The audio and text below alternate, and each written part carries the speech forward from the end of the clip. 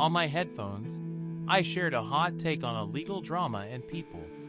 I work as a paralegal at a bustling law firm, surrounded by lawyers who love to debate the finer points of the law.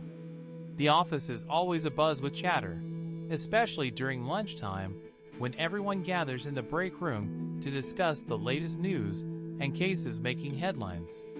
One day, while listening to a true crime podcast on my headphones, I couldn't help but chime in when they started discussing a high-profile legal drama playing out on the news.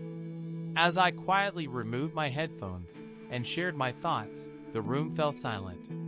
I had just contradicted one of the senior partners, who was passionately advocating for the prosecution side. But instead of engaging with my argument, people started whispering and exchanging glances. It was as if they had suddenly discovered a shocking secret about me. I felt a knot tighten in my stomach as I tried to make sense of their reactions.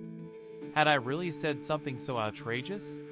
I replayed the conversation in my head, wondering if I had missed some crucial piece of evidence or misinterpreted the facts. "Why would you defend someone like that?" one of the associates asked, her voice laced with accusation. I hesitated, unsure of how to respond. I hadn't meant to defend anyone. I had simply shared my opinion, based on the information presented in the case. "I'm not defending anyone," I replied calmly. "I just think there might be some holes in the prosecution's argument that are worth exploring." But it was too late. The damage had been done. My colleagues had already made up their minds about me, and nothing I said could change their perception. They assumed that because I had defended the defendant, I must somehow be sympathetic to his actions or motives.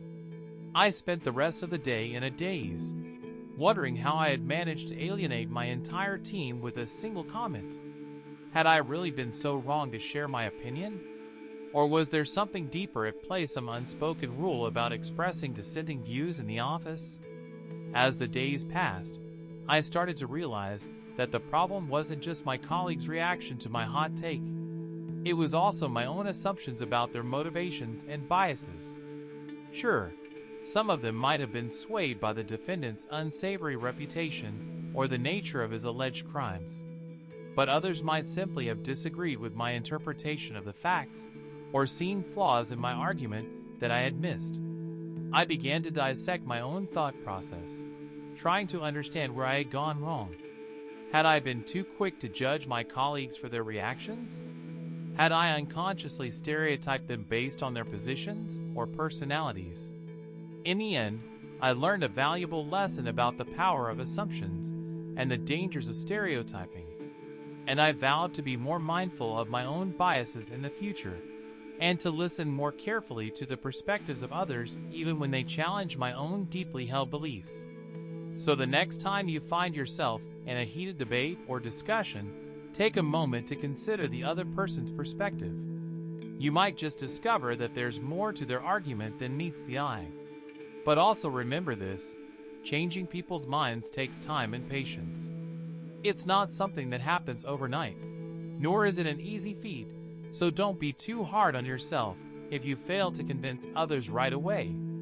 Instead, focus on planting seeds of doubt and curiosity.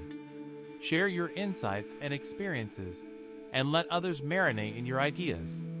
Over time, you may find that your words have a profound impact, shaping the way people think and perceive the world around them. Comment your take.